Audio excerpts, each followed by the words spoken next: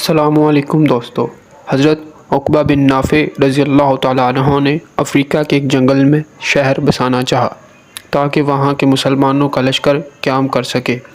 چنانچہ اس کے لیے جس جگہ کا انتخاب کیا گیا وہاں ہزاروں قسم کے جانور، خونخوار درندے بسے ہوئے تھے۔